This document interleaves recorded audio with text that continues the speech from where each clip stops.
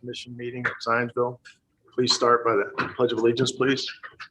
I pledge allegiance to the flag of the United States of America and to the republic for which it stands, one nation, under God, indivisible, with liberty and justice for all. Janice is sitting in for Wayne, so Janice, would you please take roll? Certainly. Mr. Franz? Present. Mrs. Grabanowski? Present. Mr. Jones? Present. Mrs. Walker? Present. Mr. Lake? Present. Via Zoom? Present.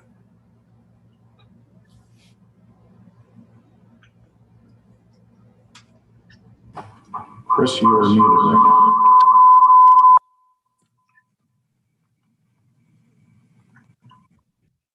Present.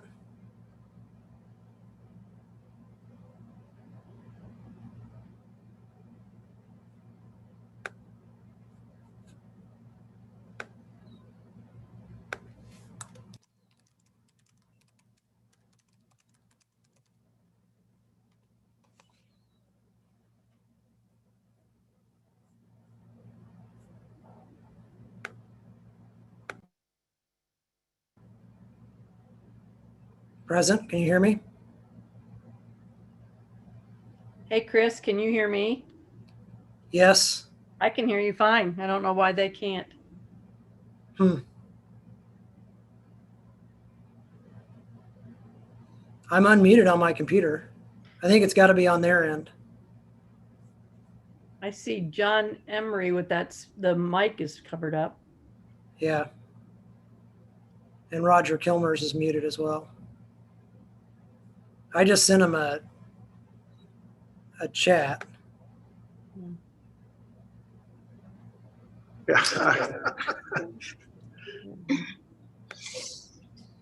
Are you checking to see if they're muted on our end?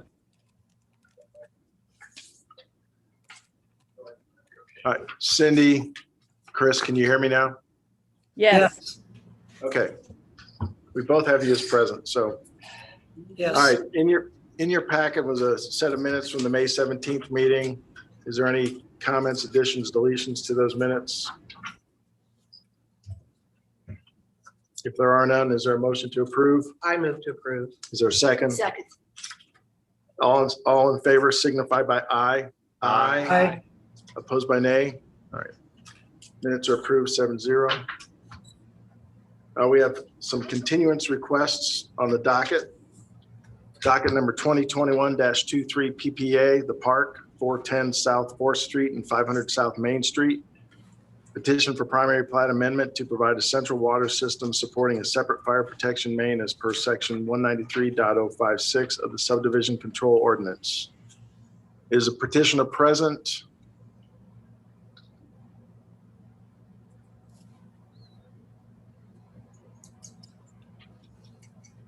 Okay, if he's not present, but we do have he has requested for a continuance on this matter.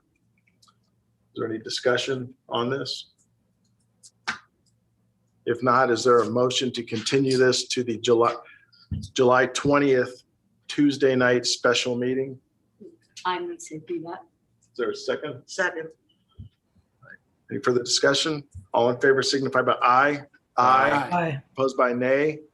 Motion carries 7-0. Continue to July 20th. Dave, do you want to explain the July 20th? Okay, we have a couple other continuance requests also. So what we were going to do is, because the July docket is pretty full on the 19th, which is a regular meeting, the continued items from tonight will be moved to July 20th, the Tuesday following that. So if one of the matters that you're interested in is continued, it will be July 20th, Tuesday, not Monday, the 19th. Next on the item is docket number 2021-20Z, Town of Zionsville, 11281 and 11589 East County Road 200 South. Petition for a zone map change to rezone 160 acres plus or minus from the R3 Rural Residential District as modified by instrument number 200700001388 to the Agricultural AG District. Janice, do you have something to discuss on this one? Mr. President, we've received a request for a continuance. Staff is supportive of this in order to allow for both parties to review and continue discussion. So staff does support this continuance request. Okay.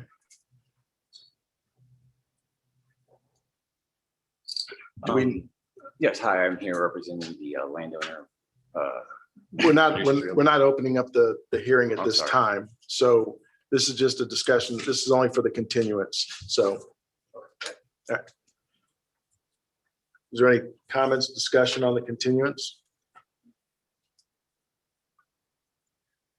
If there is none, is there a motion to continue this to the July 20th special meeting? So moved. Is there a second? Second. Any additional discussion? Being none, all in favor signify by aye. Aye. Opposed by nay. Motion carries 7-0. This matter is continued to July 20th.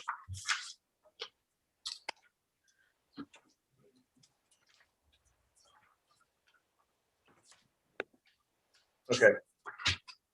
Another matter is 2021-21 PP Union Woodlands, 11281 East 200 South. Petition for primary plat approval to provide for 179 lots in the rural R3 residential zoning district.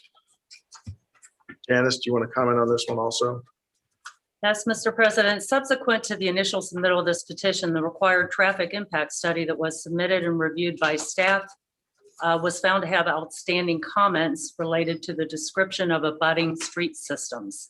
Staff recommends a continuance of this petition to allow for the identification of the streets as related to the traffic impact study, the resubmittal of the materials, and staff review of the materials. All right. Is there any questions, comments by the commission? If there are none, is there a motion to continue this to the July 20th special meeting? So moved. Is there a second? Second. All right. Any further discussion? All in favor signify by aye. Aye. Opposed by nay. Motion carries 7-0. This one is also continued to July 20th special meeting.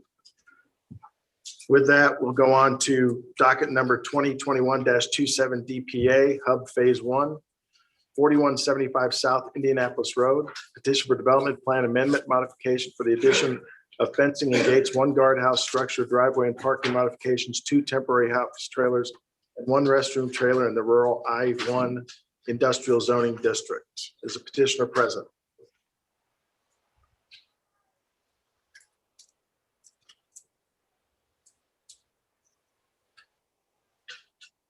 Are they online?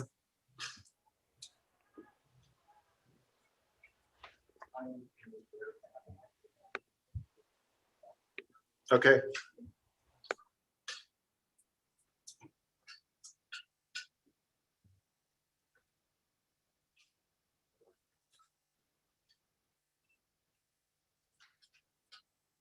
On the matters that were continued, there's going to be no further discussion on those items tonight.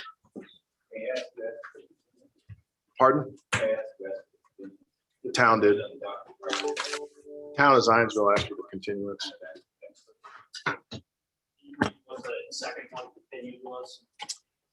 Union Woodlands 2021-21 PP.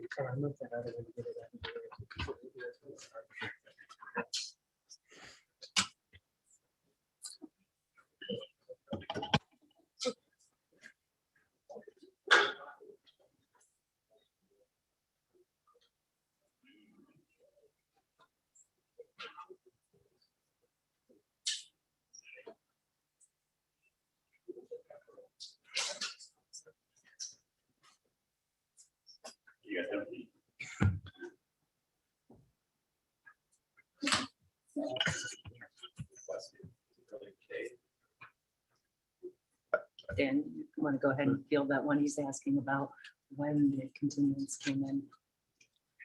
This afternoon. Yeah. Yeah. Late this afternoon.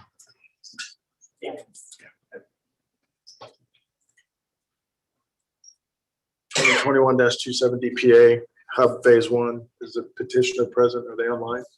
I am promoting Amber Crocker speak?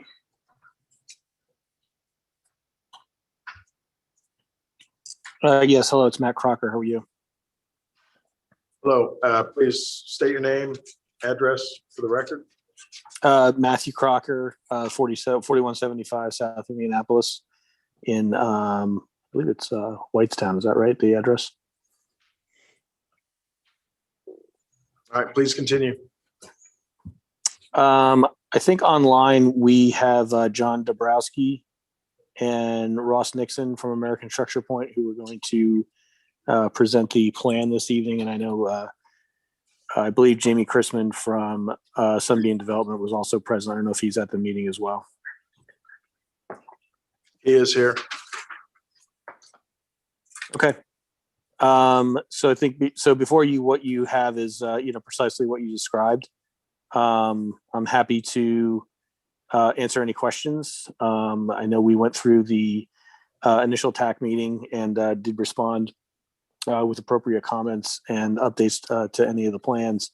And so, we presented tonight for your approval and look forward to, being able to progress with the planning of any of the tenant improvements that we need to do in order to begin to carry out our business at the facility.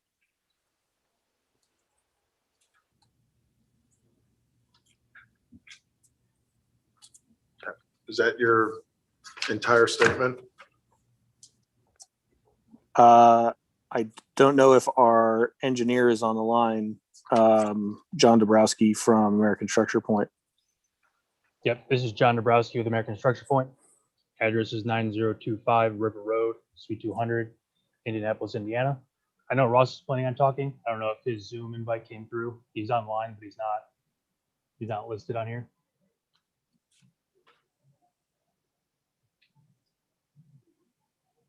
Were you able to add him in?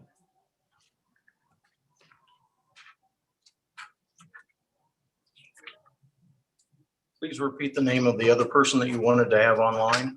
It's Ross Nixon. I am promoting Mr. Nixon.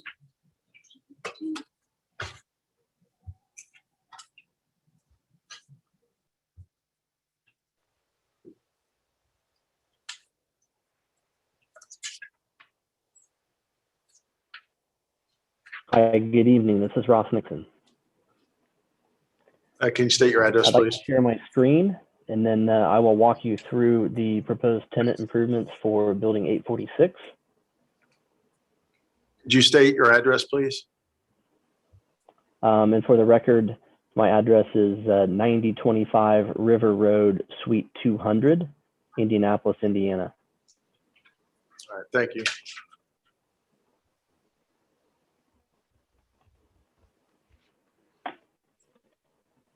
You should be able to see the overall site plan in front of you. I'd like to take just a few minutes and walk you through the proposed tenant improvements. This is Building 846 that was previously constructed. And we're here today with Amplify, who is the tenant, who will be the tenant for the building. The tenant improvements are pretty simple. I'll start with the fence, which will be placed all the way around all sides of the building. We'll have a guard shack right here at the northeast corner at the main entrance. And we realigned a drive here on the northwest side so that vehicles and trucks don't have to go back out to the shared access drive, more of a direct route to connect the two truck courts on either side. We added some gates, which are called out here on the exhibit, which I believe you have in your packets. There's access to the cemetery here, as well as access at each of these points where you see driveways. And then we have a temporary office space. They do want to start moving in and utilizing these offices prior to completely building out the inside of the building. So we have an office trailer here on the north side temporarily, one on the east side, and then a trailer for the restrooms here. And I should add that the fence will be a black vinyl coated chain link fence. I would also note that we do have some pretty good buffering already in place on this site. When we brought it through for Plan Commission approval and zoning approval previously, there's a large landscape berm along the north side of the property. It's a 12-foot tall berm with a 6-foot tall fence, privacy fence. And then there's an additional berm, a smaller berm, 3 to 4 feet in height with landscaping along the south side of the pond. So that pretty much summarizes all of the proposed tenant improvements that we have in front of you tonight. Happy to answer any questions. All right, thank you. At this time, is there anybody in the public who'd like to speak on this matter?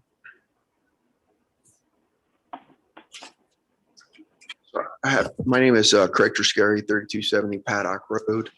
I have some questions and concerns, not necessarily remonstrating this particular piece. One of the questions deals with the outbuildings, the temporary outbuildings that are going to be structured, as well as the guard shack. And based on the development from the last 3 years that we've went through in that community, to include the new development in phase 2 along that property line, which includes another 1 million square foot warehouse in that area, the fence and the berm are visual pieces. It doesn't prevent the noise or other kind of disturbances that go on, especially if it's building or normal operations. So the interest is the outbuildings, the ones on the side. It seems that that's over 600 feet from the beginning of hitting residential property. The one in the middle in the guard shack, would just like to ask, is that 600 feet from the start of residential property? Because there is no buffering between those property lines now. It's industrial and residential. And so how many feet is it away from that property line? I'm just trying to figure out that as a question. And then the other is this reinforced concrete slab that they're putting in. I'm not sure if is it an access or is it a reinforced slab that is going to be used for staging equipment and other things for stage 2 going into building that next warehouse that's going to be alongside that property. And again, the question is, if it's closer than 600 feet, it's going to be a problem with the community, because they drop loads not during the time of ordinance of building. They drop them at 2 o'clock in the morning, 4 o'clock in the morning, 5 o'clock on the morning, Saturdays, and all those others. And when they drop those loads, it sounds like a mortar attack on your property. So that's what we deal with regularly. So we want to make sure that that's not a staging area, or the road is a staging area for the development of phase 2. It needs to be away from the community, especially if they're going to be dropping that type of machinery on that property in the very near future. And then finally, the fencing. When we did phase 1, we talked specifically about fences in that area. And I know it wasn't in any of the agreements, but when we did talk to the lawyer and the other pieces, and I'll be the first to say, I did not remonstrate that building for phase 1. 2 I did, but 1 I did not. One of the areas that we talked about was that you would put fencing in there to continue the industrialization look of that area. So right now, we actually have to go through the industrial park to get to the center of our residential area. We are in the middle of your industrial park, okay? So there has to be special consideration, or should be special consideration to that fact. And one last item says public record. As they're building this area, the space that we're talking about, 600 feet, it is to their advantage to be that space. And the reason is, if we have the same kind of disturbances that we did in phase 1 and building in phase 2 in the standing, it's going to be called to the county sheriff's office, because that's who comes down there. So I get woken up at 2 o'clock in the morning, I'm going to call the county sheriff on that. And they're going to come out and they have to do that. Eventually, that county sheriff is not going to do that anymore. He's going to call Zionsville and tell them to fix it based off of their ordinances and their issues. And that's what happened with Whitestown in their area until they fixed it. So to prevent that from occurring, we're looking to make sure that it's addressed, and at least you try to put that kind of buffer in there before we start having these problems again. That's it. Okay, thank you. Is there anybody else who'd like to comment on this matter? Mr. Franz, we do have one hand raised. Okay, Going to allow Brett Couch to speak. Mr. Couch, if you could please give your name and address.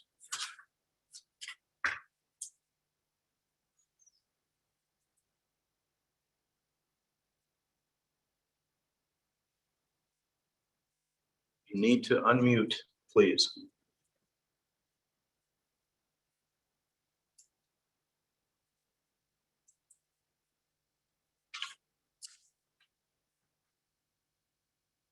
Mr. Couch, if you would like to speak, please unmute your microphone.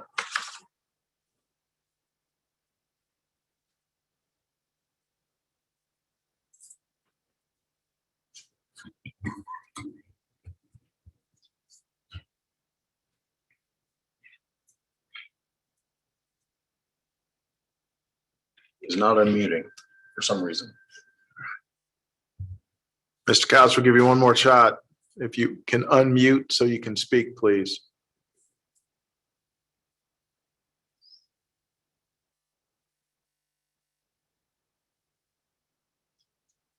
All right, we'll move on. Would the petitioner like to respond to the questions, comments raised? This is Ross Nixon. I had some audio issues there during Mr. Triscari's presentation. I apologize. So I heard bits and pieces of it. I'll make a couple notes, and if there are other questions that the town would like me to respond to, I'd be happy to do so. We do have some very substantial buffering, particularly on the north side, that I'm sure all of you are aware. We've discussed at length when this project was in front of you previously. So we feel like we've addressed that to the town's requirements. And then as far as phase two, we're personally not involved with that project at Structure Point, so I can't speak to that specifically. And we're here tonight just to talk about these tenant improvements. The tenant improvements are located within, the same property that building 846 is located on. And the temporary trailers are very close to the building. These improvements are very minor additions to the current building as needed for this specific tenant. If there are other questions, I'll be happy to answer it. I brought up the thought that there was in the discussions on phase two, there was no fencing that was discussed, and now there's fencing. Phase one, there was discussion. No. We were not chain link fencing specific. Right. So in phase one, he said there was discussion that there was going to be no chain link fencing put up, and then now we have chain link fencing being installed. If I give a suggestion, I can suggest that. You got it. If you don't speak into that, it won't record. Okay, so if I make a suggestion that if that is needed, that along the side of the building where it is residential, that you don't put it the backside and the side, I don't think it's going to make much of a difference to the community at all on that. Another suggestion is if you do decide to put up the fencing, that there may be the tarp. It's not necessarily see-through, but you can black out that area of what they're doing just along the side of where the residential property is. And then the distance of these new outbuildings, how many feet are they from the start of residential property? Mr. Nixon, did you hear those? I did, yes. Dating back to the previous building project, I don't recall any discussion on no chain link fencing. I don't believe it's part of the written commitments, although I don't have those in front of me. And I don't recall seeing that in the staff report that Janice and her team put together. Chain link fencing is very common and necessary for the tenant improvements and their operations to make sure that there's a secure truck court. And I do not recall any previous discussions on that. We do have a privacy fence on top of the existing berm that is on the north side of the property adjacent to the Saratoga subdivision. That itself is a wooden privacy fence. I will add that this is a black vinyl coated fence. We've put numerous screening measures in place on the north side of the property. The berm, the landscaping, the fence that I've previously described. We do not feel that additional screening is necessary on the chain link fence around the tenant improvements. And as far as the distance from the guard shack is the only permanent structure. I believe it's approximately 4 foot by 8 foot in dimensions, and I can give you an approximate dimension off of the site plan that I had in front of you earlier. Give me just 1 minute here.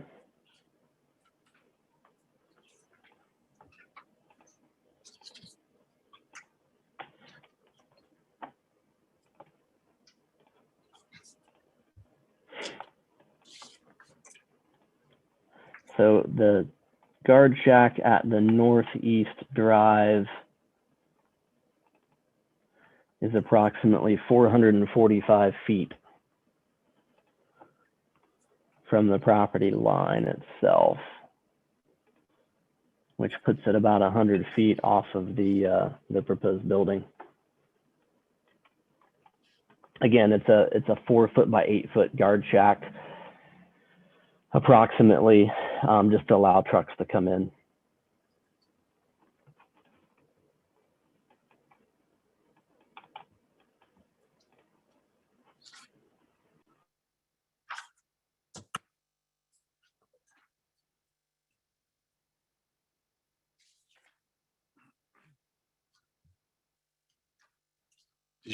Anything else you wanted to ask about?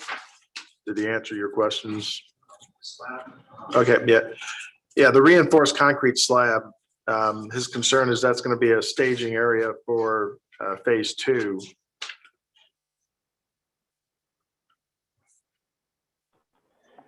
What reinforced concrete slab was that? I'm sorry.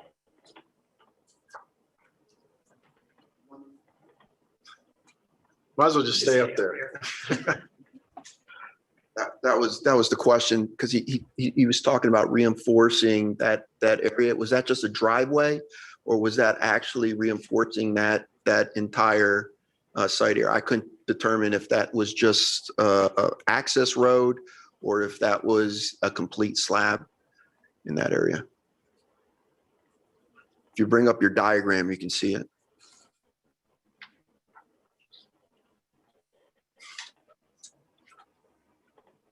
Craig, was that this drive here on the northwest side of the building that I'm highlighting right now? So that's just a road, is that correct? And then there's a slab. Is that a slab?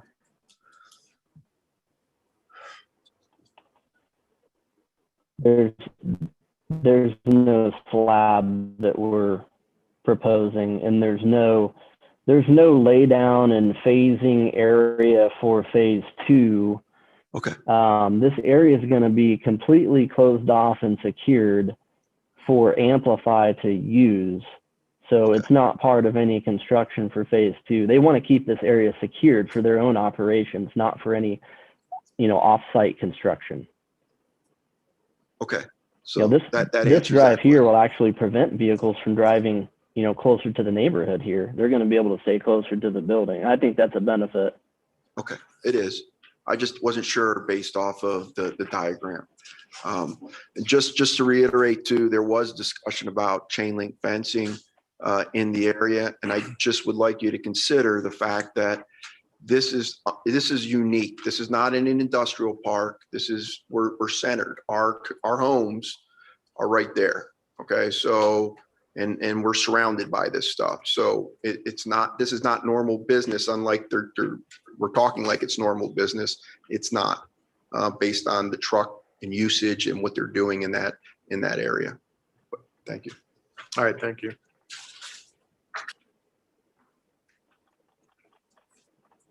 There's no further discussion. Janet, can we have the staff report, or Janice, can we have the staff report, please? Yes, sir. Staff has provided Plan Commission members with a detailed report of the exhibits of this request to adding fencing and gates, one guardhouse, driveway, parking modifications, 2 temporary office trailers, and 1 restroom trailer, and finds the project in compliance. Staff recommends approval of the development amendment petition, subject to identifying a date for removal of the 3 trailers. Previously, we'd had discussions that perhaps a target date for the removal of the trailers would be September, October. We'd like identification of when those trailers will be removed. All right, thank you. At this point in time, I'll open it up to members of the Plan Commission if they have any questions, comments. Well, back to the original question. When will the office trailers and restroom trailers be removed from the site?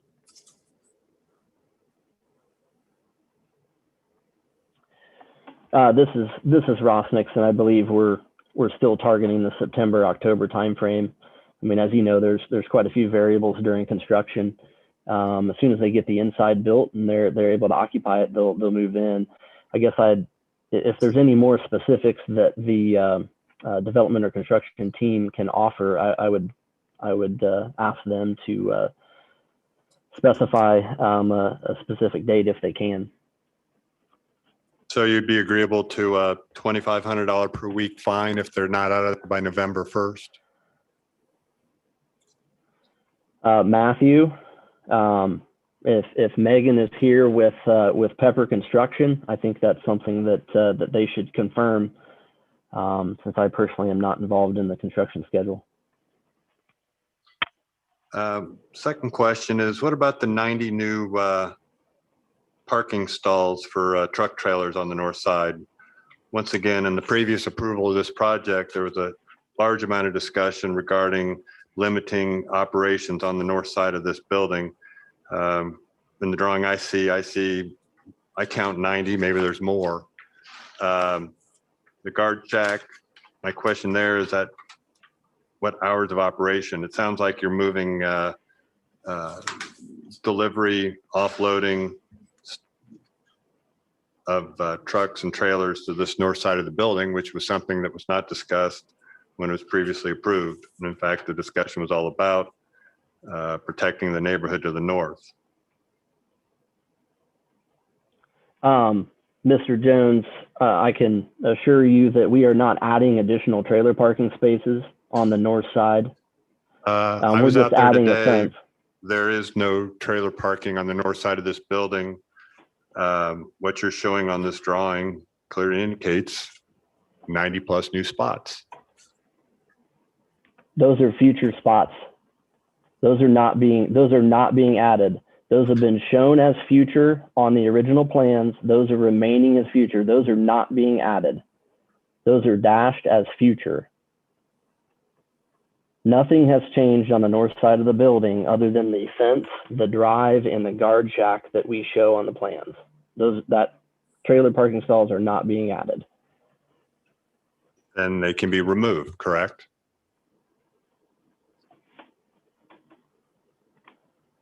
These trailer parking spaces? Parking spaces that do not exist, they can be removed from the drawing, and the fence can be pulled up tighter to the existing asphalt. We can remove them from the drawing. I would have no issue with that. I think the fence is there in case they do want to add them in the future, but they would have to go back through. They would have to go back through for approval to get those trailer parking spaces added.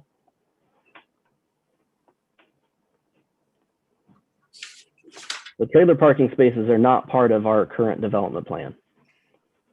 But they're shown on the drawings you're asking me to approve. They are If they're shown as not meant to be future. approved, they need to be removed. Mr. Jones, those were shown on the original approved drawings that the town had previously approved. They were shown as future, exactly how they were shown today.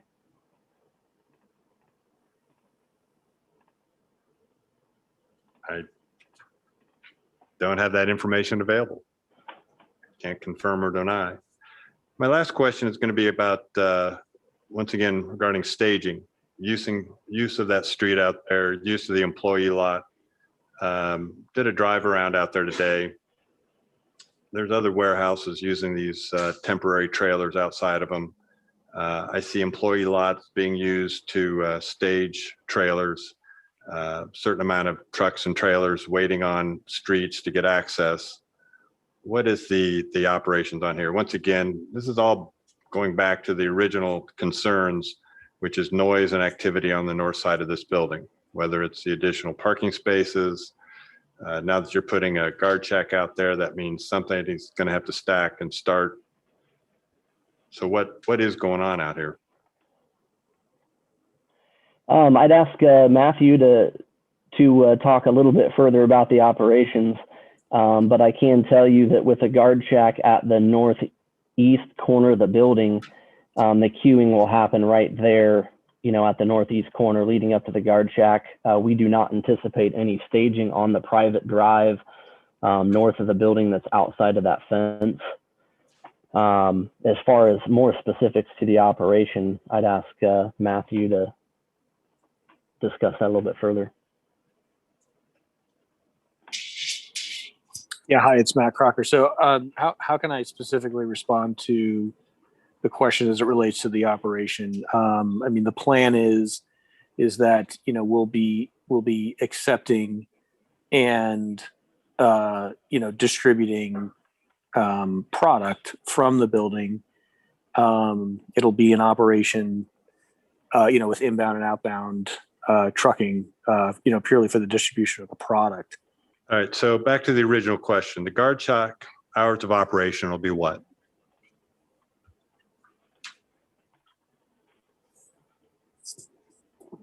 Is it 9 a.m. to 3 p.m.? No, I have to go check the information. I submitted a comprehensive letter to the city with the hours of operation. I'm just sorry, I don't have them off the top of my head. So let me just look at that and get back to you in 1 second here. So I'm sorry, I'll address your next question. So then are you comfortable with the November 1st date to remove the temporary offices and the temporary restrooms and agree to the $2,500 a week fine if they're still sitting out there? So this is the first I'm hearing of a $2,500 per week fine.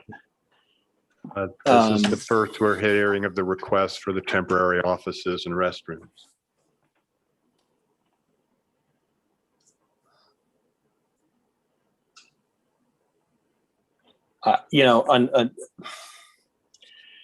Unfortunately, that is a decision that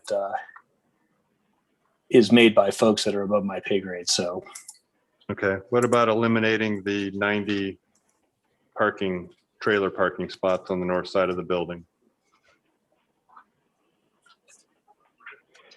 We don't have plans to construct those. So, then they can be removed from the drawings and the fence can be pulled up right to the existing asphalt out there, correct?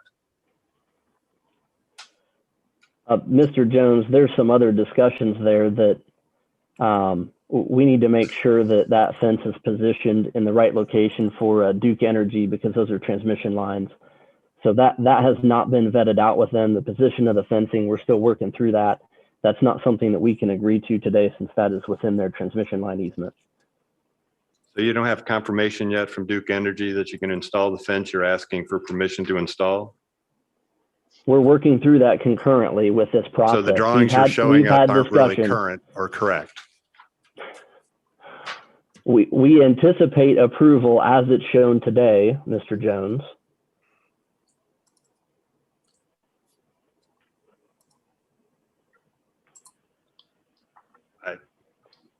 So we don't know hours of operation. We don't know how So long the temporary use will be there. The concern that neighborhood has had from day one regarding noise and activity on the north side of the buildings not being addressed. We can't prevent staging out on the streets, and we can't get you to agree to remove. So the hours of operation are 6 a.m. to 11 p.m. 5 days per week.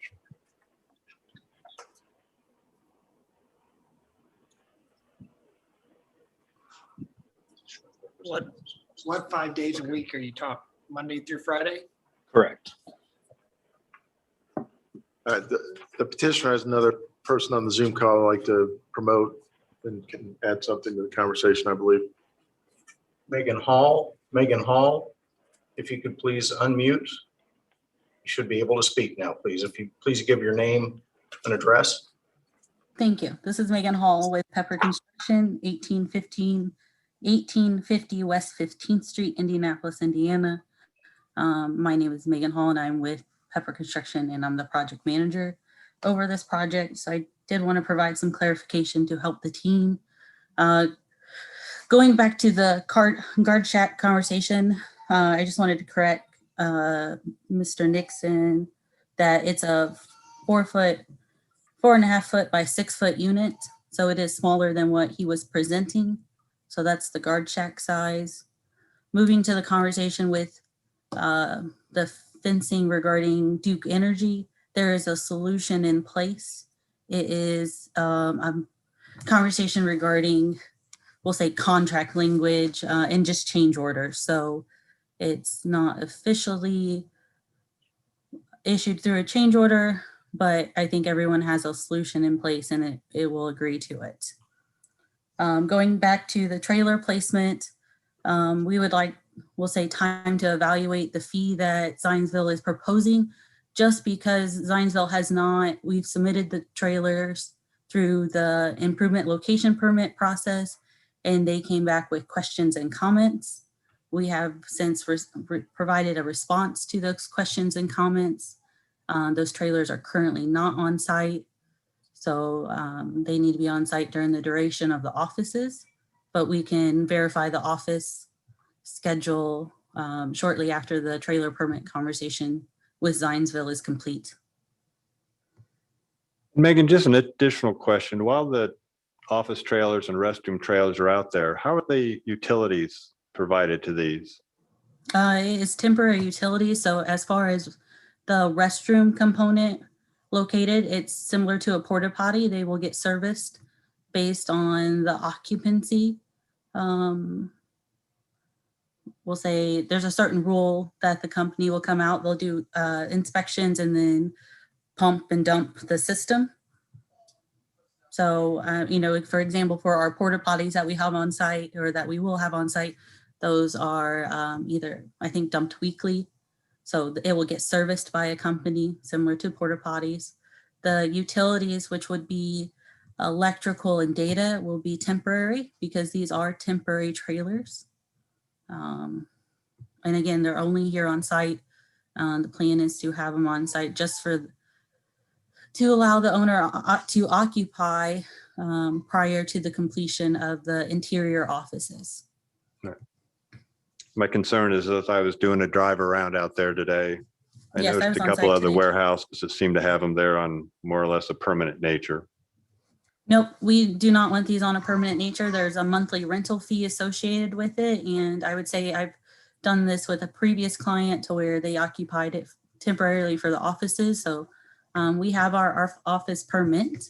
So it is truly a scheduled coordination and a internal coordination between Sunbeam, which is the owner of the building that we have our contract with. So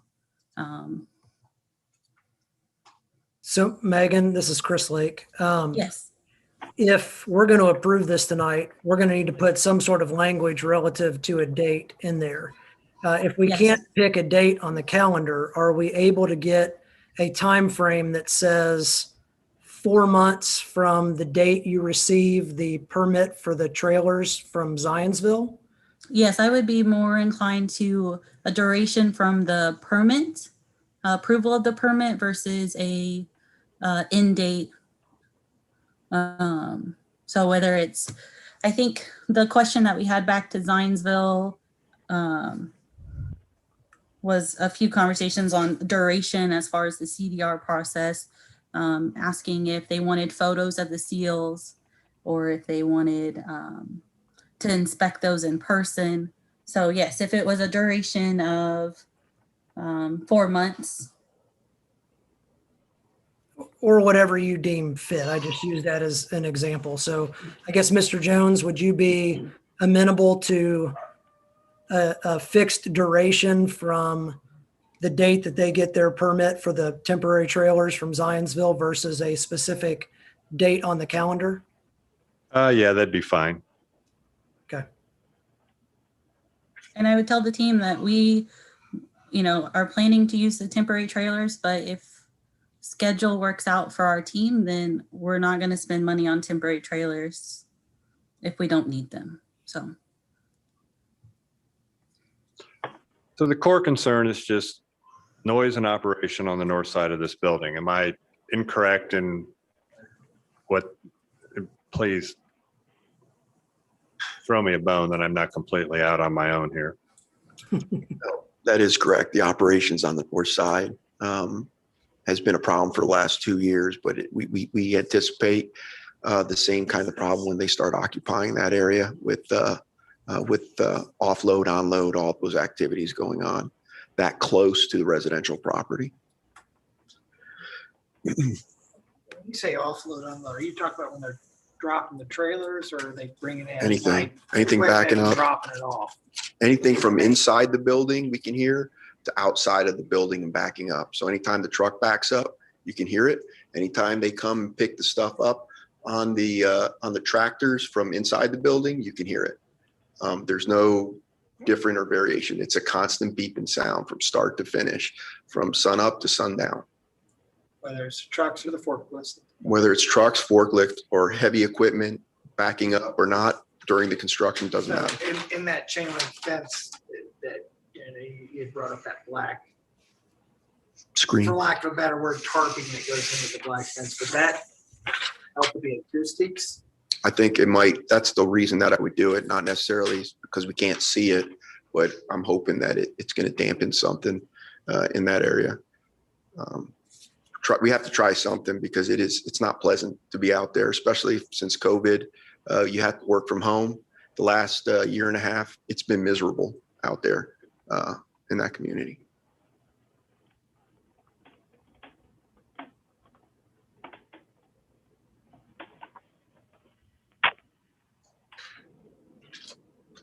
How tall is the berm that's out there? So the berm is 12 foot. In some areas, it might be even a little higher because they've talked to them. So it might be just a little bit higher. The fence is 6 foot there. If you're standing in the backyard of where they link up, the berm actually goes pretty much right to the property line. So it starts going right up from that area. There's about 75 feet from the berm and the other side to the road. It's about 75, 80 feet. It's not that large. The other piece of that is that's good for aesthetics. If you're in your backyard, you're on your second floor window and you're looking out, you can see the whole entire industrial park from that area. And if you're on the street, you can see the top of the industrial area. If you're just driving through the neighborhood, you can see the skylight of the buildings. And were those like pine trees? They were. They initially put 4 or 5 foot, but we agreed to 8 feet for trees. They just recently went in there and put the 8 foot trees in. Plus, there's other indigenous trees that they put in there. I'm not sure if they're completed, but it looks like it looks like they might be completed in doing that with 8 foot trees. Okay, thanks. And maybe That in work 10 has been years, that will completed. be a good buffer. I know that's the problem with trees. You gotta wait. I would add that that's precisely why we put in a 12-foot berm and a 6-foot tall fence is noise concerns. We've had a lot of discussions about that. We put an additional berm in on the south side of the pond with additional landscaping. We feel we've addressed the sound concerns in previous meetings. Nothing that Amplify is proposing here is out of the ordinary for a typical distribution warehouse type facility. And I just add that this is not normal. This is not a normal situation that you have. Okay, thanks.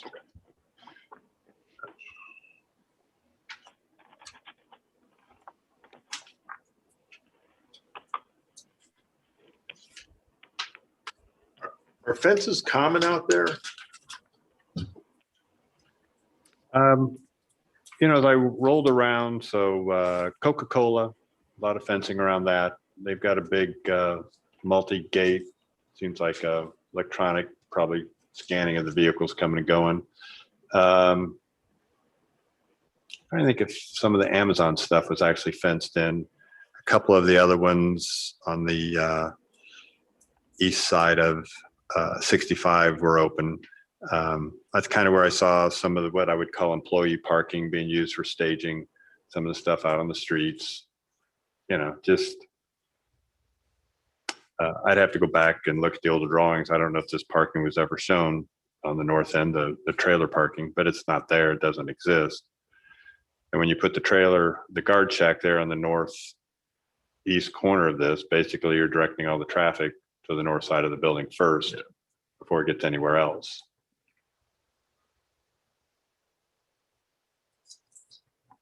Would have made more sense to put it all on the south side to me.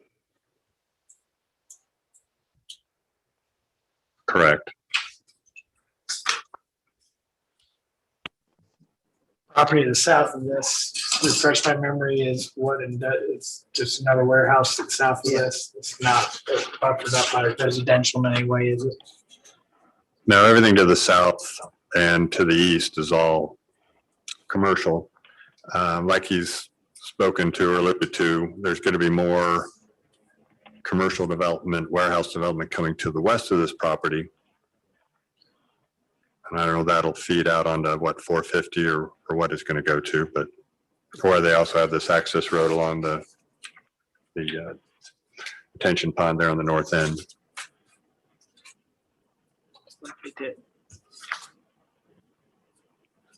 This is Megan again with Pepper Construction, 1850 West 15th Street. The property adjacent to Building 846 has a black chain link fence currently that butts up close to the property.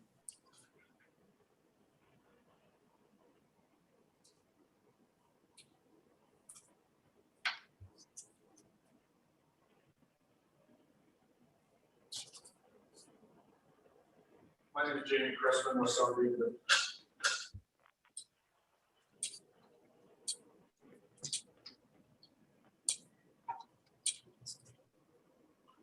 Thank you. My name is Jamie Chrisman with Sunbeam Development, 11800 Exit 5 Parkway in Fishers. Matt Crocker, can you talk a little bit? I think there's some concern with the staging. The guard shack is only used for exiting traffic, correct? Correct. So it looks like the inbound gate is on the southeast corner. And then the guard shack is for outbound only. Yeah, so I don't know if we can pull up the drawing or not on the board, but there will be no staging of trucks to the north. They will be entering through the south, wrapping around the building, and the guard shack will be purely for exiting. So there will be no staging of vehicles or trucks along that access road. So everything going in and out of here is going to go through that guard shack on the north side of the property. Going out, yes, outbound. It will not come in by the guard shack. From the west going east. Correct. Correction, Jamie Chrisman, this is Megan with Pepper Construction. So there is 2 exit points on that north side. There is, I'm going to call it a fast pass. So if you have, a fast pass is the best way I can explain it from the client, but certain drivers will have access to this fast pass and they can exit out of the single automatic slide gate that Ross is hovering over. So that's a fast pass for specific clientele that will allow for a smooth, quick transition out of the property. The guard shack itself is for those who are without the fast pass that may need to either stop and provide paperwork or maybe a security check, things like that. So I would say the client is trying to move traffic quickly so it's not a stop and go or a staging inside the facility.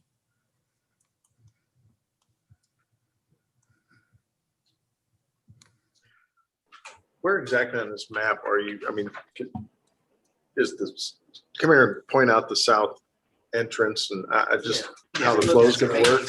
It looks like,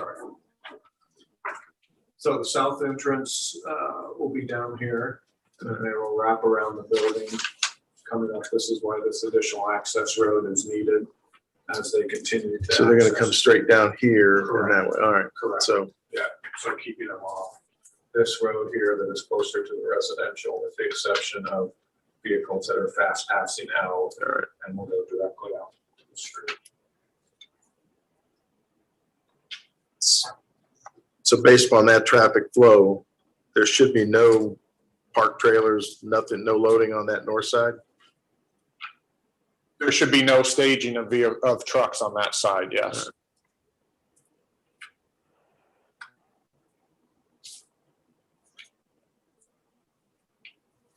That north wall, is that loading docks down through there, or is that just a solid wall? It's loading docks. They're loading docks, those are loading docks, yeah. So you're still loading on the north side of the building. Correct, correct. So We're not clarify staging. what staging. Staging in terms of there's not semis that are lining up to check out of the facility and that are going to be parked there for extended periods of time. It'll be for loading and unloading of the semis, and then they'll be getting out of the facility, keeping them off that main road.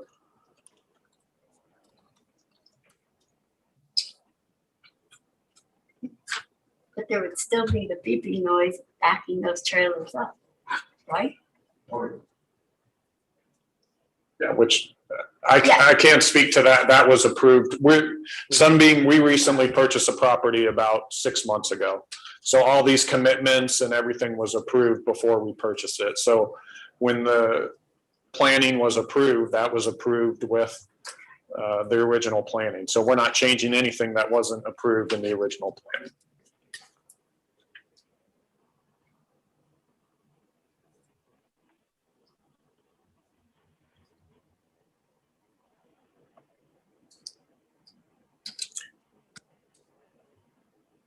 Anything further?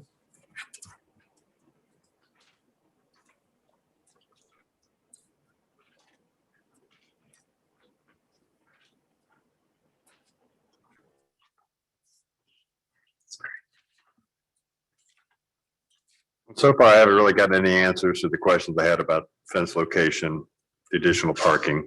I think hours of operation are better than 24/7. I think we can work through the temporary nature of the trailers and the restrooms, but it still comes down to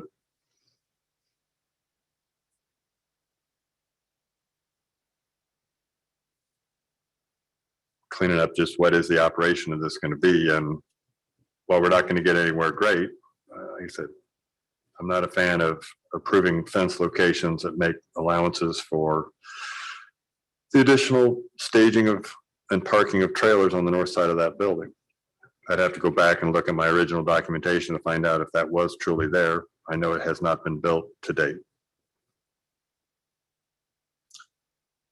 So related to that future truck parking, the process for that, they would come back to the plan commission for a site plan amendment?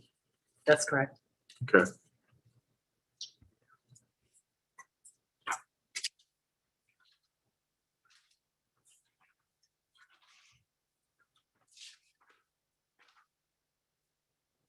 And we're saying 4 months currently from when they get get the trailers here, they will be leaving. It's that what The trailer permit.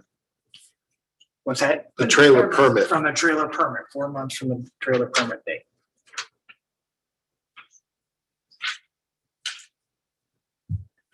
Can we institute the fine? Would love to.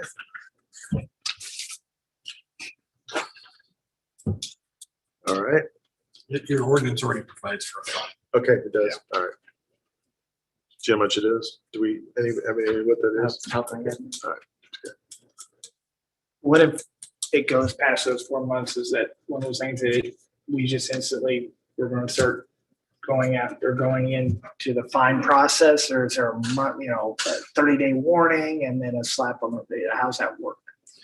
Your ordinance contemplates that you would provide the landowner with a notice to correct, saying that they're out of compliance, telling them what their fine would be it's a per day, and giving them a reasonable amount of time to correct their situation. And then if they can do that, then they avoid a fine. If they cannot, then they receive a fine citation, which is that next step. And gotcha. And that's how that works. So generally, I mean, the whole purpose of that section of your code is to find compliance. So that's what you really want. But obviously the fine is the deterrent to non-compliance. That's how that works.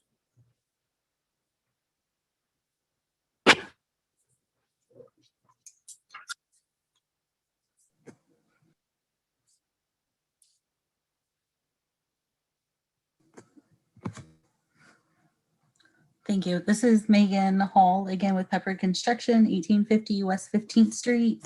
In the event of, we'll say, a scenario that leads to a delay with the construction trailers, is there an extension process similar to what would be provided for a permit that would allow for the timeline of the trailers, like the permit for the trailer to be extended? With, of course, we'd have to submit paperwork and approval. I'm just asking out of curiosity. Or do we remove the trailers and then reapply the resubmit permit? The permit can be extended as long as you're going to submit for that prior to the expiration date. Now, if you were going to extend past what Plan Commission date would be determined, you'd have to come back to the Plan Commission for approval. Okay, thank you. I just wanted clarification. And I'm assuming the issue you're working out with Duke Energy is that they don't want any kind of structures underneath their power lines or anything that prevents them accessing to same, correct? Yes, so the potential solution that's being discussed is a gate specific for Duke Energy and then encapsulating the utility line so they can access through the easement. We'll say the solution has not been fully vetted or approved just because not all parties have not been available to approve it. So it's something that should be resolved shortly, next week or two, but it's just the availability and the timeline associated with it. It was, we'll say, lower priority, so.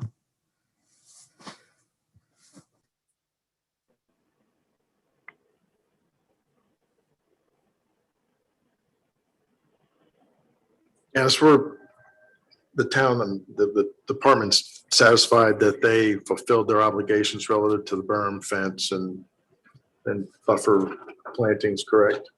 Yes, the entire site has not been completely approved yet. We're waiting on full compliance, but yes, it's definitely on track. Okay. It's still left not complete. I saw the berm was up and the fence was up and they've worked on the water line for the adjoining neighborhood. I'd have to circle back to that with our post project manager. Just my most recent recollection is that there may be one or two things yet to check off.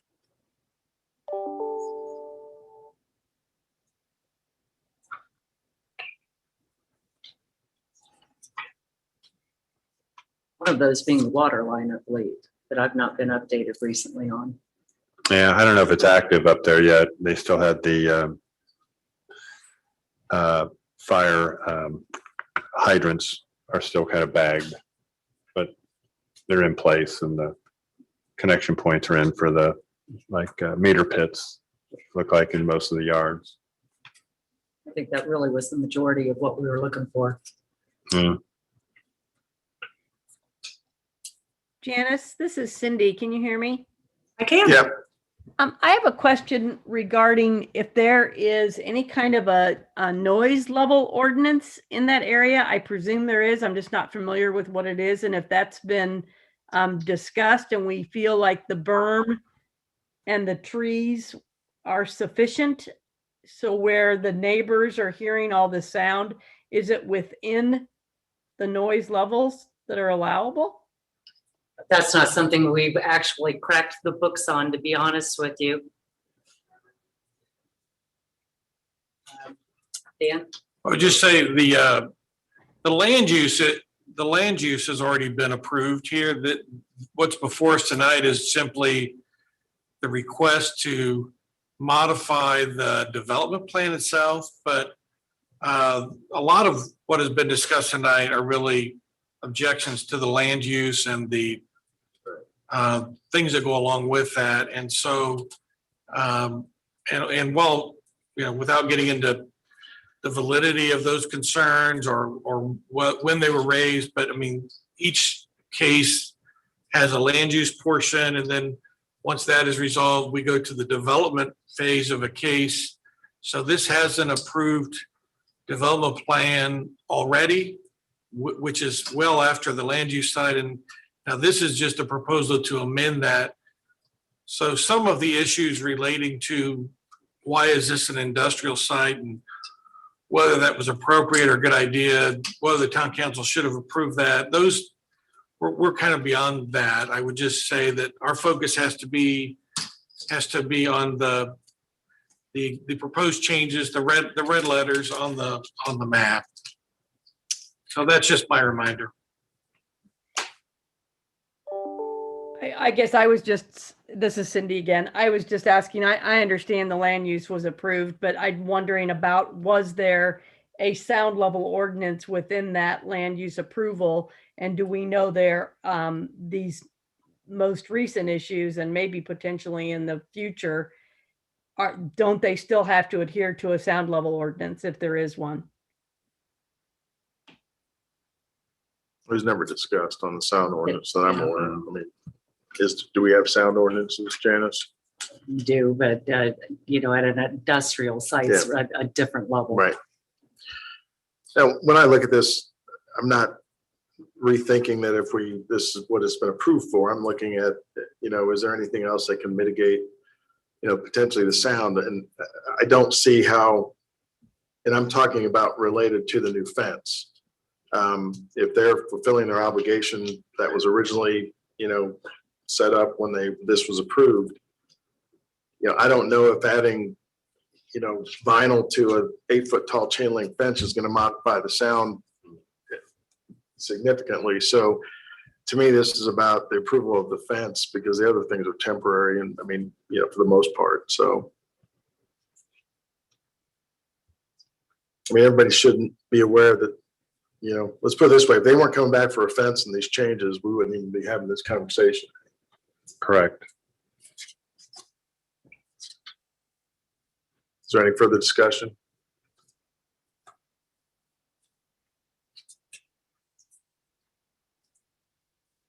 If not, is there a motion?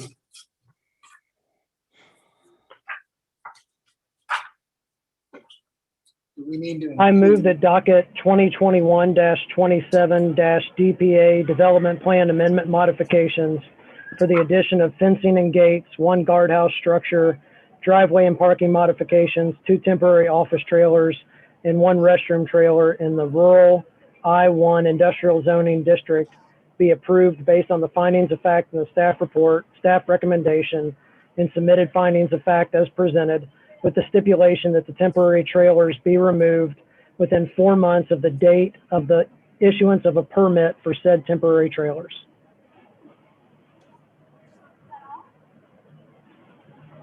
Is there a second? Second. All right. I want to address Larry's, before we vote, on the parking slots for the trucks and the location of the fence. I guess the fact that they've got to come back and get approval for those slots, I'm not as concerned about those things at this point in time. So I don't think we need to request that they remove anything along that line. So any further comments, discussion? All right, Janice, can you take a roll call vote on this one? Certainly. Mr. Franz, Aye. Mrs. Grabanowski, Aye. Mr. Jones, Aye. Mrs. Walker, Aye. Mr. Lake, Aye. Mr. Fedor, Aye. Ms. Madrick, Aye. Motion carries 7-0. Thanks for your time. Thank you. Thank you, everyone. This is Matt Crocker from Hershey. Appreciate everyone's time tonight. Thank you very much. All right, thank you. Next on the docket is docket number 2021-24 PP and 2021-25 DP, Holiday Farm, Section 7, 3900 South US 421.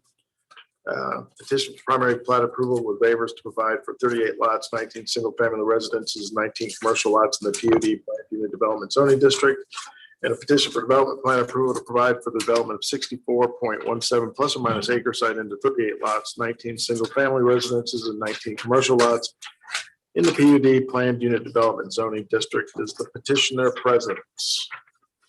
Yes, I am. Phil Sumling with Hankey Development. Name and address, and then please proceed. Yes, Phil Sumling with Hankey Development. Address is 3983 Club Ridge Estates, and that's in Zionsville. Good evening, members of the Plan Commission. As always, we really appreciate your time and certainly your consideration this evening. I want to start, as I typically do, by providing you all with a quick update on the development as a whole. We're starting year 3 of the development here. And we've sold over 360 lots among all of the sections here at Holiday Farms. So of course, sales have been incredible thus far. On the construction side of things, sections 1 and 2 are completed, with sections 3 and 4 wrapping up in the next month or two. Section 5 is underway as well, and section 6 is right around the corner to start construction.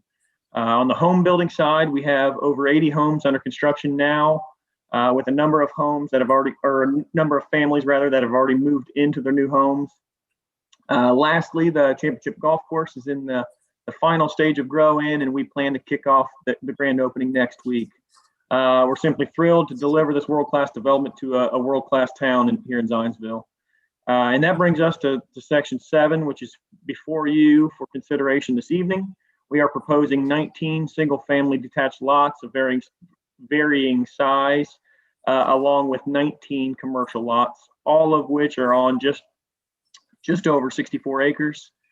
This portion of development is located in the northeast corner of our property, east of hole 12, and generally bound to the east by US 421.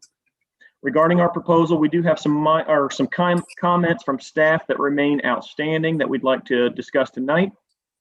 I'd like to discuss those in 4 segments. The first of which is regarding the alignment and configuration of our trail network. As you all know, we received a letter of interest from a single resident in Hidden Pines. In the letter, the sole resident highlighted essentially 2 concerns. 1, our planned routing for this pedestrian network, and 2, the safety of the network. Regarding the routing, if you recall, during our development of section 1, we routed a portion of our pedestrian trail away from our main entry and tucked it further west into the woods.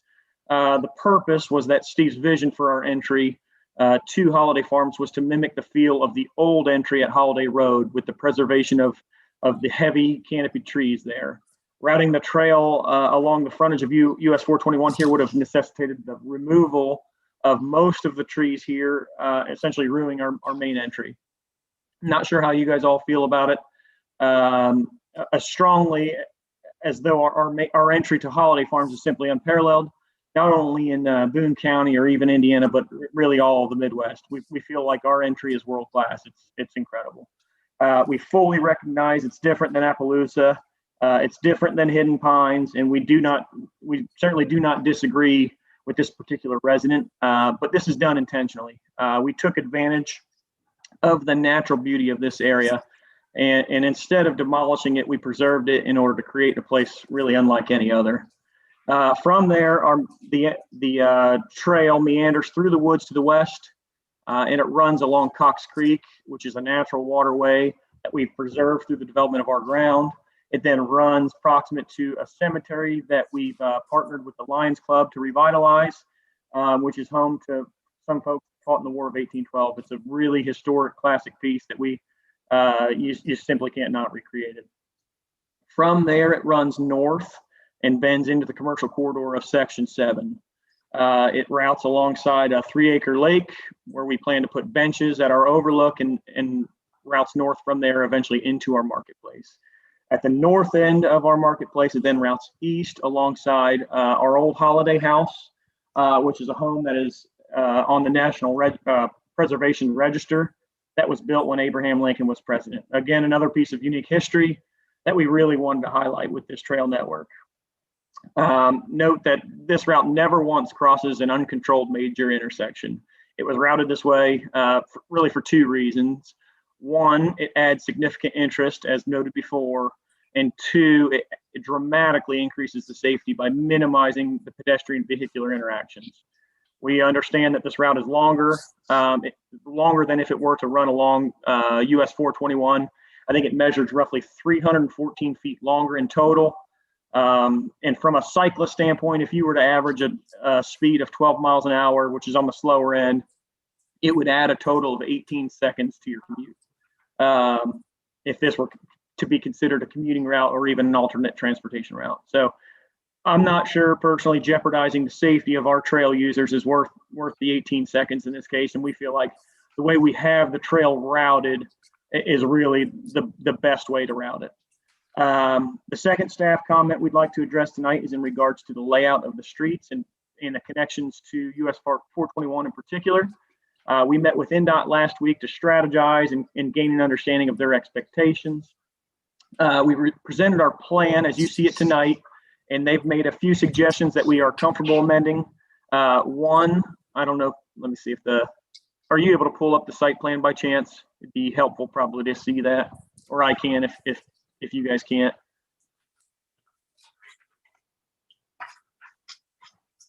Roger, no, that's not me. Okay.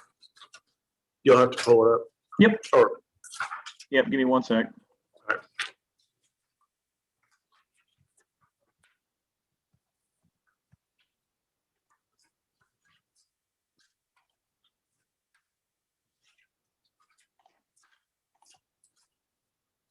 Can you guys see that now? Yeah. Yep. Yeah. So in our conversations with NDOT, they essentially wanted to make 2 amendments. The first is removing the Hubbard Lane right in, right out here that runs between our main entry at Rogers Parkway, which is directly aligned with the Interactive Academy. So getting rid of this piece here. And then the second request from NDOT was to remove this right out only here that's between Rogers Parkway and our right in, right out that directly is across from Interactive's entry there to the south. We are comfortable removing those, and our resubmittal will show those being removed. The third staff comment we'd like to address tonight, the third staff comment we'd like to address tonight is the public versus private roadways within this portion of the development. We met with Lance and his staff a few weeks back to discuss initially. And as you all know, all the single family residential lots within Holiday are gated and are fully private. That will remain the plan here for these 19 single family lots within Section 7. Our plan is to add a private gated entry west of Lot A, which is the northwestmost commercial lot, and east of S6 there. From there, our desire is to keep all of the commercial area public as contemplated during our discussions regarding the TIF for the commercial portion of the development. We're happy to work out any winter maintenance details with Lance's group. I know that was one of his major concerns was regarding the plowing and de-icing in that area. So we will certainly re-engage with his group. And if helpful to him, we're happy to handle that portion of the maintenance. The final staff comment that we'd like to address tonight is regarding the roadside safety measures for the pond on the southwest corner of Section 7. I believe Zionsville has a standard that would trigger the installation of guardrail in this case. However, in accordance with the federal design guide, the AASHTO Green Book, along with the NDOT design manual, guardrails not required in this case. Given our design speed, we're utilizing a 6-inch non-mountable stand-up curb. There's a requirement for a certain clear zone, and we do not come close to necessitating the installation of the guardrail. We are, however, happy to accommodate any of the other measures suggested in those standards. I think there's 3 or 4 other items that we're happy to accommodate and include in our next filing. The main reason we don't want to do the guardrail is strictly from an aesthetic standpoint. As you enter that roadway, that 3-acre lake is a beautiful piece that we want people to be able to see, and we feel like if you put the guardrail up, it's probably going to affect those views. I'm happy to provide any engineering documentation to staff to substantiate our request on that one. With that, we're very excited to keep our momentum going to get this section of our development started in order to kick off a number of our commercial projects that we have here at Holiday Farms. We feel that our plan is safe, it's incredibly interesting and thoughtful, of course, and it'll undoubtedly be a development that we're all proud of. At this time, I'm happy to answer any questions or address any comments. Thank you all. All right, thank you very much.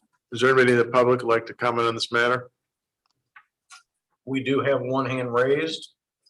All right. Mr. Brad Gressel. If you would please unmute and please provide your name and address. Yeah, hi everyone. Brad Gressel, 3668 Evergreen Way. And Phil mentioned I had sent the letter in, just seeing the initial filing. My wife and I live that address. We're in the Hidden Pines neighborhood, which is directly across Michigan Road from Holiday Farms. To Phil's point, I would like to mainly comment on the sidewalk or the outer pathway plan for this Section 7. And I was disappointed to see the proposed sidewalk route, mainly instead of a nice sidewalk along the frontage of the development, like, essentially running parallel to Michigan Road, so you could access quickly Willow up to future commercial development north. From my standpoint, the proposed route would pick up from Section 4, the path coming along Michigan Road. It would, again, in my view, it veers over to the left away from Michigan Road. It goes through a wooded area, past or honestly beyond the private gated entrance portion of the neighborhood. So you're actually going into the gated neighborhood to use the sidewalk.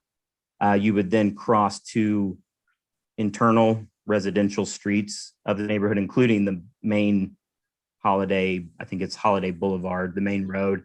And that is essentially the existing bridge the development is using over Cox Creek. Now, it may or may not be a way to avoid costs of building another sidewalk, pedestrian sidewalk over 421. I'm not sure, but after you would cross that, you would then essentially pass by directly beside a private residence home, past an old cemetery in the woods, and finally connect, veering back to the 421, but then veering back again to the west and using this proposed Marketplace Drive to go kind of behind everything. So again, this to me kind of a disjointed, longer detour. I understand distance may not seem that bad, but you're crossing streets, you're making some sharp turns, you're going into a gated community. Last week, I was able to, I spoke with Phil on the phone, which I appreciate that. He listened to my concerns. It's, Phil explained the goal was to essentially create a weaving scenic path for people to explore and avoid the street. I'm not sure if I'm interested in meandering off past an old cemetery and all that. That may be me. But he reassured me from Hinkey's standpoint that the path is sparing no expense and they're not looking to avoid building a path, a separate bridge over Cox Creek along 421. So essentially kind of based on hearing that, I think it's completely fine if the development would like to kind of create this meandering path. As long as I just think a path along the frontage parallel to Michigan Road, like every other development is doing, makes more sense. It's less confusing to jump around to different routes. I also believe, I believe there is a future commitment of at least one stoplight as part of this project. And I'm guessing here, but that is probably Rogers Parkway across from Interactive. So if that does happen, this would inevitably be become a pedestrian crossing. And if a sidewalk is not already there, you know, that will be an expense for the town at that point. And it's difficult to do that if these paths are not part of the project at the beginning. Real quick, regarding the commercial section, I think the main, again, my opinion is the main path should still run along Michigan Road, along the front of those, similar to Opelousas and, you know, every other commercial section to the south. I don't think the internal sidewalk that would probably have to be in front of every commercial building should be essentially utilized as their main route. I think it could be ancillary. But we should also keep in mind Michigan Road is 50 mile an hour. So new commercial entrances should really utilize the top, you know, innovations in pedestrian safety, like refuge median or methods to slow speeds down. But with this being a TIF district, the town and community should really expect a lot from this development, like top level quality and safety infrastructure, mainly so this Michigan Road corridor is, you know, accessible, but also walkable and a bikeable community, not just a few strip mall buildings built for cars. So I assume the town will eventually seek to obtain other easements on both sides of Michigan Road to connect sections like my neighborhood and others up north and south. So, but it's far more difficult to do that later instead of requiring the developers to install these paths, you know, the way we want as the initial project is approved. So thank you. All right, thank you.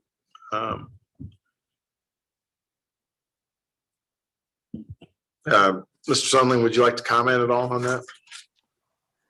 Yeah, absolutely. First of all, Brad, we obviously appreciate your input. It's always good to get input from our neighbors. I think we've addressed most of what you've noted in your letter and in the meeting tonight.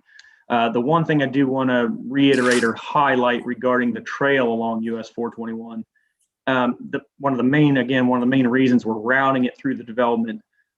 Yes, it adds interest. I think your opinion may differ than from ours in that case, but it's really to improve the safety there.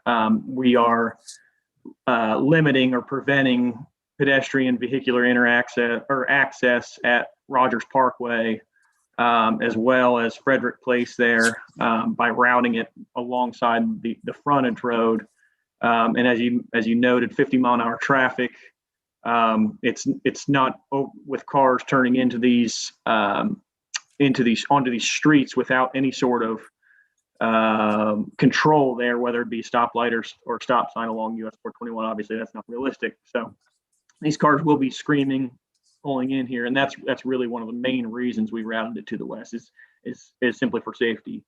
Yeah, that's really all I have to add there. Thank you. All right, thanks. At this point, Janice, can we have the staff report, please? Certainly. Staff does appreciate the work on the part of the applicant to bring this project further into compliance.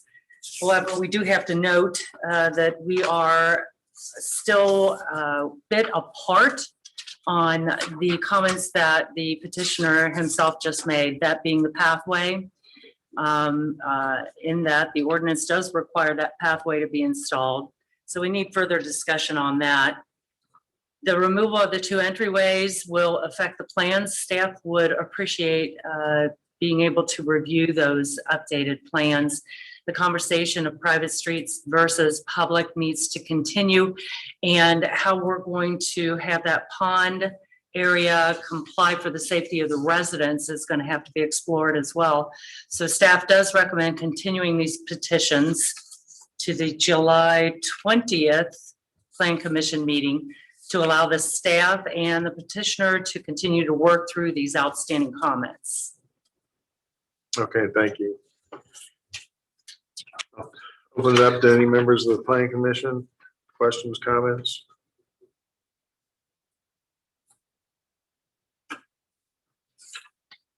Always. Just wait, let somebody else, but. I think everybody just waits for you to go. Well, you know, it's You knock out about half my questions, but Well, I'm done, so. ask You should yours save me first. some headaches. Ask yours first. No, I don't Ask have yours. anything this time. It's your turn. Yeah, all right. All right. Can we strike all that from the record? Just that babbling nonsense of mine here for the last, okay. So when Holiday Farms first came through, they had commercial all the way down 421. And it was good to see that they've kind of peeled it back. You know, the original drawings we got back in 2018 had some very conceptual plans. One of the things I liked about it was that it appeared that most of the structures, most of the buildings were turned internally to what is now being called Marketplace Drive, which I like. The problem is whenever you do a residential development and try to put your commercial kind of inside of it somewhat, it consistently fails. You know, it never worked over in Clay West, our neighborhood out here to the west. Stonegate. Stonegate. That never really took off. And so the sad fact is trying to strike a happy medium between, you know, my core complaint with Appaloosa is it is just kind of your standard level commercial development, you know, where everything's out by the street and the big box is supposed to be in the back and it's all parking and, you know, so to try to find a happy mix of that is always kind of tough. One thing I will fully support though is bringing the trail in off of Michigan and having it wind through it. I see that as being a huge addition to anybody biking, traveling back and forth up and down Michigan Road that would use it. If somebody really wants to get up and down, I think there'll be a straight path on the east side of Michigan going across Appaloosa and probably connecting all the way down. So if somebody really wants that route out there by 421, it's available. But I think bringing it in and walking it through this. I guess my core question is I'm just trying to go through the drawings that we have here just to see what is the kind of proposed development of these commercial lots. It appears that the ones along Marketplace Drive where you've got a little curbside parking, there's some room in there to actually have a few buildings that'll turn internally to it. But then the ones out by the drives appear to be able to go all the way out to Michigan. I guess my question is, are we going to see something that just helps better define how these lots will actually be used?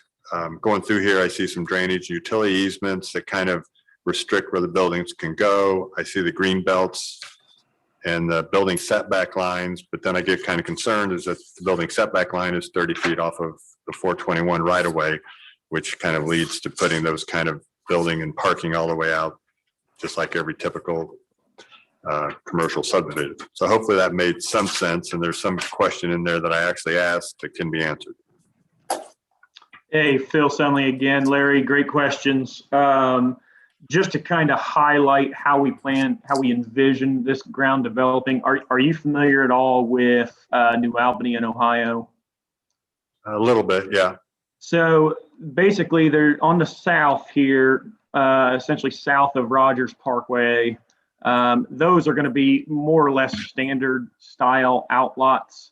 There's not on-street parking there. The buildings, however, will be closer to the internal frontage road with parking bays kind of to the east. As you progress north, where we have the divided median there and the on-street parking, all of those will be pulled, the building fronts will be pulled to essentially the walk area. So all the parking bays will be outside of those. So on the west side, the parking bays will be west of the building, and on the east side, the parking bays will be east of the building. I'm trying to pull up Google Earth. I'll give you hopefully I could pull this up and show you kind of what they did in New Albany. It'll give you a good feel for how this will lay out more so than anything. Give me 1 sec. It's almost pulled up. And while Phil's doing that, I do want to support what Mr. Jones had to say about pulling the walkway back to the west. When you're coming off of 421, you are looking at the traffic. You know, if you're headed north, you're looking at the traffic coming south, waiting for your first break to make a turn into one of those streets. And you're not looking for that person that's going to be on that path. And so moving that path west, I think is a safety improvement and something that I personally support seeing done.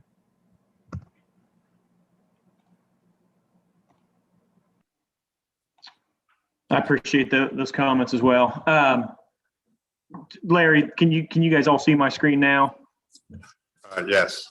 So this is essentially a divided this is New Albany, Ohio. This is a divided median. This is the on-street parking. This is the corridor, basically the pedestrian corridor. Very vibrant place. It's a really neat area. Obviously, very wide sidewalks. I think we have 17 feet of walk here at Holiday is what we're proposing. And these buildings front that walk with parking bays outside of it. So this is kind of a microcosm of what we're projecting there at Holiday. That's just kind of hopefully that gives you a little bit better feel what we're envisioning there along Marketplace Drive.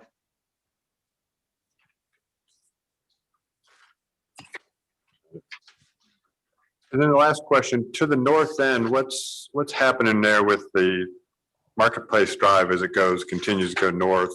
That's where the existing historical home is, correct? Yeah, so on that, basically where the sidewalk, do you see Frederick Place on the site plan? Yes. There's one outlot north of that, and then just north of that is the historic home there. So our trail, one of the plans with the trail, we obviously want to highlight that home. I mean, it was built when Lincoln was president. I think it was 1865. It's a beautiful home. It's going to be preserved. We kind of want to show that thing off. So that will remain in place, obviously, in perpetuity. And then is there one final lot all the way up there, lot S? Yes, the large, I don't know how many acres it is exactly off the top of my head, but yeah, all of that ground north of there, that's where we're contemplating a multifamily project.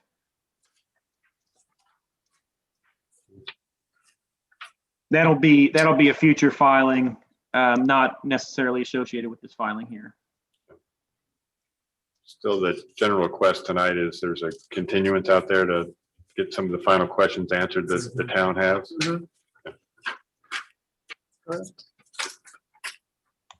On both 2021-24 and 21-25. Yeah.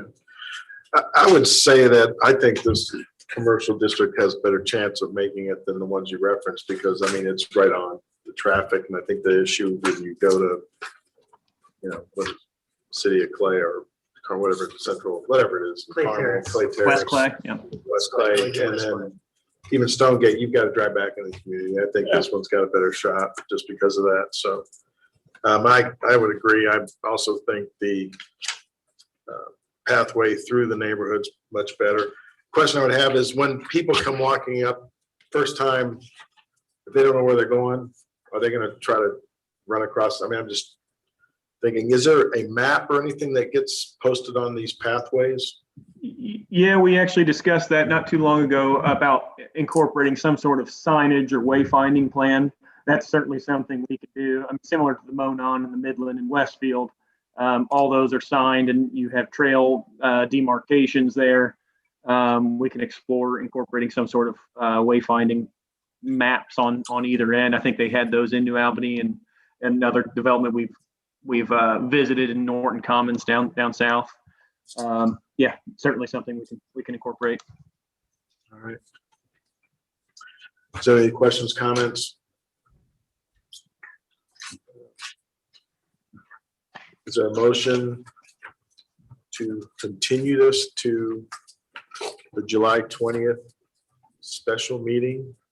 So moved. Is there a second? Second. Any further discussion? All in favor signify by aye. Aye. Opposed by nay. Okay, continue to next month. We'll see you then. Sounds good. Thank you all. Yep.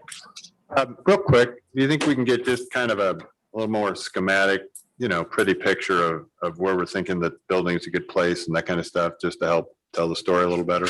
Sure. Yeah, absolutely. We can have that prepared for in advance of next meeting for sure. All right, thank you. Is there anything else on this? Okay, we've got a couple things on the other matters to be considered.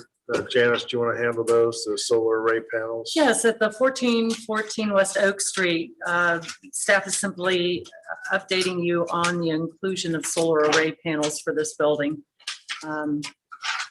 They've been installed. And also in your packet, you saw the results of the 6885 Stonegate Drive Subcommittee that had approved the elevations for, I believe it was the west side of the building. Right. Mhm. Any questions, comments? Motion to adjourn? Second? Second. All in favor? Aye. We're adjourned. Aye. Yeah,